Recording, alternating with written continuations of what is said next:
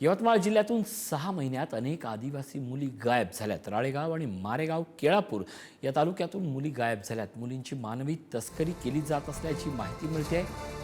दरम्यान एका मुलीची दुसऱ्या मुलीसोबतची ऑडिओ क्लिप व्हायरल झाली आहे। भाजपच्या जिल्हाध्यक्षांच्या हाती ऑडिओ क्लिप लागली। ऑडिओ क्लिपमध्ये मानवी तस्करीची माहिती असल्याचा दावा करण्यात येतो। दरम्यान पोलिसांनी प्रकरण गांभीर्याने घेतलं नसल्याचाही खळबळजनक आरोप आहे। लव्ह जिहाद आणि धर्मांतराचा अँगल असल्याचा भाजप जिल्हाध्यक्षांचा दावा आहे।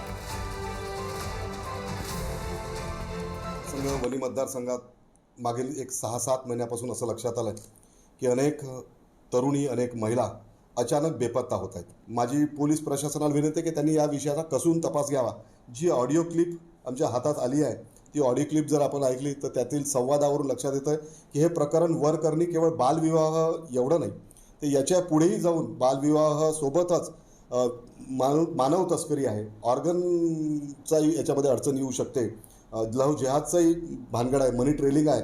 त्यामुळं यामध्ये पोलिसांनी तपास करावा अशी सर्व विनंती आहे। मुलींना भरीस घालून त्यांना वेगवेगळ्या ठिकाणी लग्न लावून देणं आणि लग्नात त्याच्यासाठी पैसे कमवणं आणि ह्या मुली 15-20 दिवसांनी परत माघारी आल्यानंतर पुन्हा सासरी न जाणं अशा स्वरूपाचं आहे। आणि ह्याच्यावरून काही ठिकाणी म्हणजे जालन्यामध्ये टेंभुर्णी या ठिकाणी एक फसवणुकीचा गुन्हाही दाखल झालेला आहे। अशा स्वरूपाचं हे रॅकेट आहे। काल 1-2 दिवसापूर्वी अल्पवयीन मुलीचा बालविवाह लावला जात आहे अशा स्वरूपाची पोलिसांना तक्रार आली होती। पोलिसांनी इमिजिएट राळेगाव पोलिसांनी इंटरव्ह्यू करून सदरचा विवाह थांबवलेला आहे।